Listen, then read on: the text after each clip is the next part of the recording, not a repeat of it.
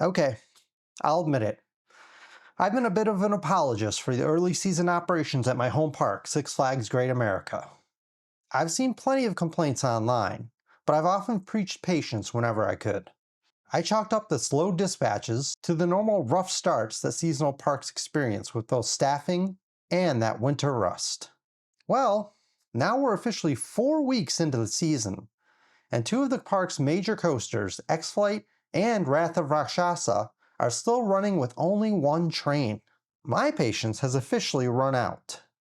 I'm not asking for miracles here, but it's time that Six Flags and Park President John Reiley came out and explained what's going on.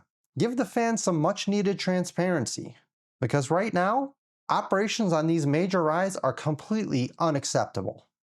Now there's plenty of evidence out there to explain the delay. Corporate CEO John Reiley explicitly mentioned throughput and maintenance as key areas of focus for the chain, emphasizing the need to build a disciplined operating culture across both legacy Six Flags and legacy Cedar Fair parks.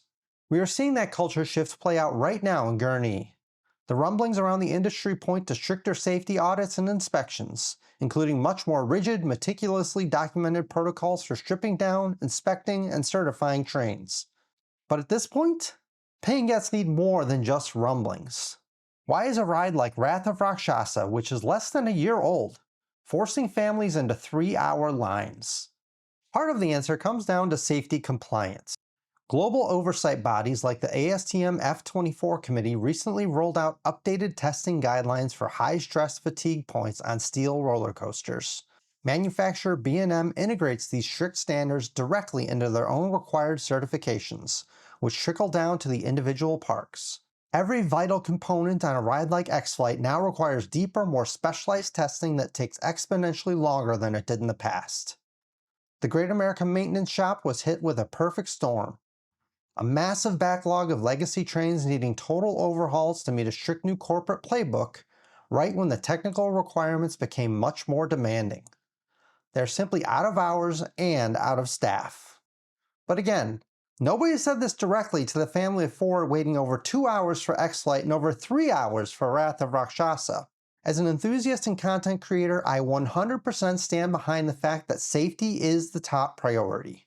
It is completely non-negotiable. No one wants unsafe rides. But running a single train doesn't just cut your capacity in half, it kills the operational urgency on the platform.